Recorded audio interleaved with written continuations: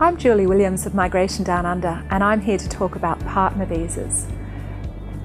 Average processing time for the partner visa does vary depending on whether it's onshore or offshore, but the global standard at the moment is 12 months, and from experience it is taking a minimum 12 months for all onshore applications. It can take up to 15 months in some circumstances.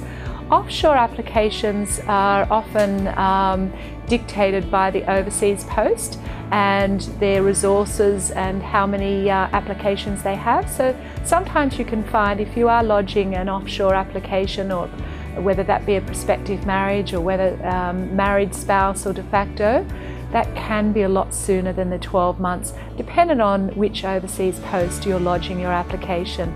Now that's dictated by where the applicant is residing and a citizen of, so that's where it's dictated for lodgement.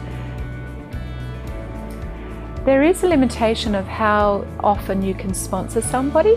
We'd like to think that once you meet your partner, it's one-off, but sometimes things can go wrong and things don't always work out, and the partner that you've sponsored you don't end up living happily ever after with.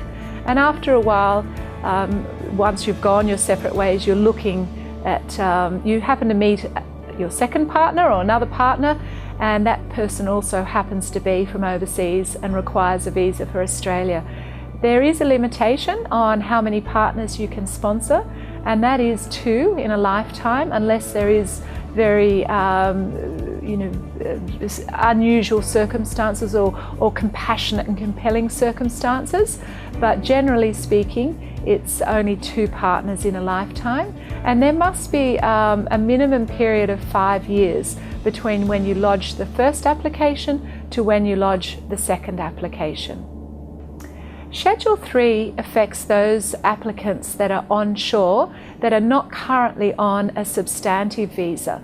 A substantive visa is being the holder of a visa, whether you're on a temporary visitor visa, a work visa, working holiday, student visa. Most people are on a visa. Well, they have to be on a visa to be lawfully here in Australia. But sometimes people find themselves unlawful. And then there's others that are on a bridging visa, and that they may be on a bridging visa because they have lodged another application and they're waiting a decision on that application. Now, if you are on a bridging visa or you haven't got a visa and you're unlawful, it means that you haven't got what's called a substantive visa, and you have to meet what's referred to as Schedule 3 criteria, that you are on a substantive visa, and if you are not, you have to provide very detailed, compassionate and compelling circumstances surrounding, what has brought about you being either unlawful or on a bridging visa. And it's very difficult to be able to overcome that Schedule 3 unless you've got fairly compelling and compassionate circumstances to back it up as to why you are not on a substantive visa.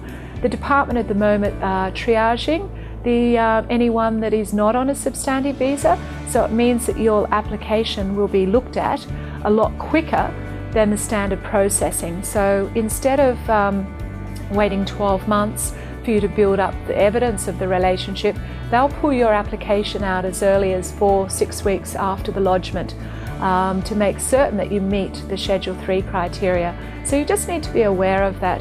It is very difficult now to be able to lodge a partner visa onshore whilst you are not on a substantive visa. Being married is not going to automatically grant you a visa. It's no easier than a de facto visa. You have to show the same level of commitment of relationship regardless of whether you're married or whether you're in a de facto application. If your partner's offshore and you're not able to go there and they're not able to come here because of the visa purposes, don't rush out and get married, because that's not going to help your situation. You're better off doing the prospective marriage visa. Getting pregnant also doesn't make the application process go quicker or give you any stronger evidence. If the child has been born at time of application or the child's born prior to decision, certainly that's going to strengthen your application. but just simply being pregnant is not going to make any difference to your application. If your partner visa is refused, there are grounds of appeal. You can go through what's called the Administrative Appeals Tribunal. Now that can often take another 12 months to have that hearing, which is quite a long time if your partner's overseas. If you're onshore and applying through the appeal, your partner will be granted, will remain on a bridging visa if they're not already on a bridging visa, or granted a bridging visa to allow them to remain with you in Australia whilst the application for appeal is processing.